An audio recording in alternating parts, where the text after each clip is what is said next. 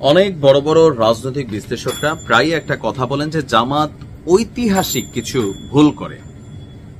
এবার যেই সুসময়টা জামাতের চলছে, জামাতকে আরো একটি ঐতিহাসিক ভুল করছে কিনা অনেকে প্রশ্ন তুলেছেন। কারণ যখন নির্বাচন সরকার কর্তৃক মোটামুটি ফাইনাল, সরকার বলছে কোন শক্তি নির্বাচনকে আটকাইতে পারবে না, তো নির্বাচন আটকানো এক জিনিস, তবে নির্বাচনকে গ্রহণযোগ্য করার জন্য এই মুহূর্তে সরকারের দুইটা দলকে সবচেয়ে বেশি প্রয়োজন, একটা হচ্ছে বিএনপি আর একটা হচ্ছে জামাত ইসলাম। কারণ এই মুহূর্তে জামাতের যে শক্তিমত্তা, সমর্থন, জরিপ বলছে প্রধান বিরোধী দল হিসাবে জামাত যাবে, আবার সরকারও গঠন করে ফেলতে পারে যদি ইসলামিক দলগুলো একত্রিত হয়, অথবা এনসিপি সহ আরো সবাই একটা টিম তৈরি করে।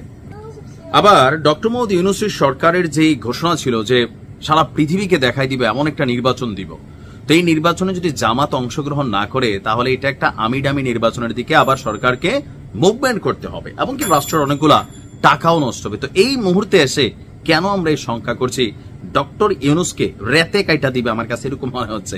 রেতে কাটা মানে হচ্ছে আমাদের কুমিল্লার ভাষায় একটা শব্দ, ছোট বয়সে আমরা ইউজ করি যে মূল লাইন থেকে আপনারা আমরা আটকাই দিব। এখন আটকানোর জায়গাটা কোনটা?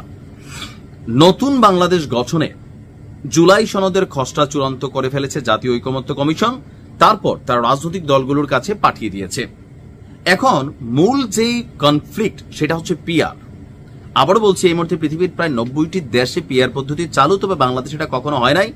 আর এই মুহূর্তে বাংলাদেশে পিআর পদ্ধতিটা আসলে কতটুকু কাজে দিবে সেটা হচ্ছে কথা। বিএনপি সোজা না, তবে পিআর এর সুবিধা জামাত পাবে। এই কারণে জামাত এটা নিয়ে অনর সিদ্ধান্তে চলে গেছে। এমনকি ইসলামিক দলগুলা পিআর এর জন্য আন্দোলনেও নামছে। গতকালকে জামাত যেই ঘোষণা দিচ্ছে যে আপনার যে সংসদের উচ্চ এবং নিম্ন কক্ষে পিআর পদ্ধতি দিতে হবে, পিআর ছাড়া নির্বাচন হলে আন্দোলনের ঘোষণা দিয়েছে দলটি। এখন পিআর এর সুবিধা কি? বেশ কয়েকটা ভিডিও করছি। পিআর এর সুবিধা এই মুহূর্তে সারা বাংলাদেশে সবচেয়ে বেশি যদি কেউ পায় এটা পাবে জামাত ইসলাম এবং এনসিপি। বিএনপির জন্য পিআর উল্টা হবে। দেখেন পিআর এর সিস্টেমটা আরেকবার সহজে বুঝাই। ধরেন এমনিতে একটা এলাকাতে 100 জন ভোটার আছে, ধরেন আমি কুমিল্লা 5-এর ভোটার।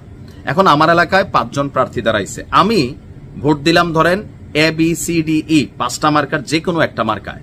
এখন আমার আসলে তো 5 জন জিতবে না, একজন জিতবে। তো একজন বলতে এ যে প্রার্থী যেই দলের, তিনি মনে করলেন যে জিতা গেছেন, তাহলে BCDE এই যে 4টা দলের যারা প্রার্থী যারা ভোট পাইলো টোটাল ভোটটা ওয়েস্টেজ হইল। আবার এখানে ধরেন বি এর প্রার্থী পাইছিল 50,000 ভোট, এ পাইছিল 51,000, কিন্তু 50,000 ভোটের কোনো ভ্যালু এখানে নাই। বাট যদি পিআর হয় 330টা আসনে এই যে 50,000 ভোট এইটা আবার চলে যাবে সেন্ট্রালে। সারা বাংলাদেশ থেকে ফেল করুক সমস্যা নাই, টোটাল ভোটটাতে মোট ভোটটা কাউন্ট হয়ে যাবে। এইটার এগেনস্টে পার্সেন্টেজ আকারে সংসদের যে সিটগুলা সেগুলা কিন্তু ভাগ হবে। তো দেখা গেল সারা বাংলাদেশে জামাত 300 আসনের মধ্যে ধরেন 20টাতে এমনি জিতছিল, 280টাতে হারছিল, কিন্তু পিআর হইলে জামাত 20টা সিটের জায়গায় তখন সিট পেয়ে যাবে ধরেন 70টা 80টা। সিস্টেমটা কোনটা? ওই যে সারা বাংলাদেশের ভোটটাকে কাউন্ট করে না একটা জায়গায়। বুঝতে পারছেন জামাত কেন চাচ্ছে? কারণ অধিকাংশ আসনে বিএনপি শক্তিমত্তা দেখাবে, সামহাও জিতার জন্য সর্বোচ্চ অ্যাকশন নেবে।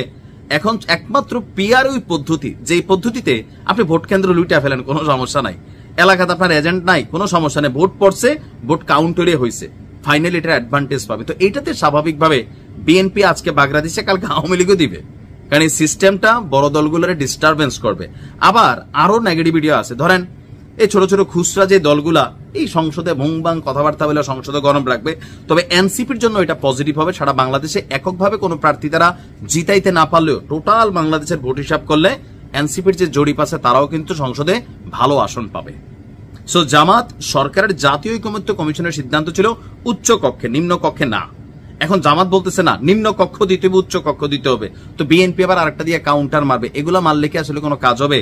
ফাইনালি ইউনূস সরকারের সময় ঘনায় আসছে, একটা নির্বাচন দিয়ে তিনি বিদায় হওয়ার পথে। তো এই মুহূর্তে এসে এরকম যদি একগুয়ামি সিদ্ধান্ত প্রত্যেকটা রাজনৈতিক দল নিজস্ব এজেন্ডা নিয়ে নেয়, তাহলে তো সবচেয়ে বিপদে পড়বে ডক্টর মোহাম্মদ ইউনূস।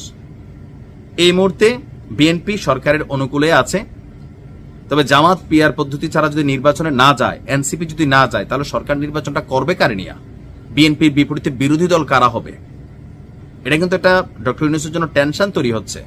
আর এখন যেটা বোঝা যাচ্ছে, সরকারকে চাপে ফেলার জন্য হোক বা আভ্যন্তরীণ দূরত্বের কারণে হোক, এই সকল কিছুতে যদি সবকিছুর ঐকমত্য না হয় তখন বাংলাদেশে অস্থির একটা পরিস্থিতি তৈরি হবে, এটা মনে রাখেন।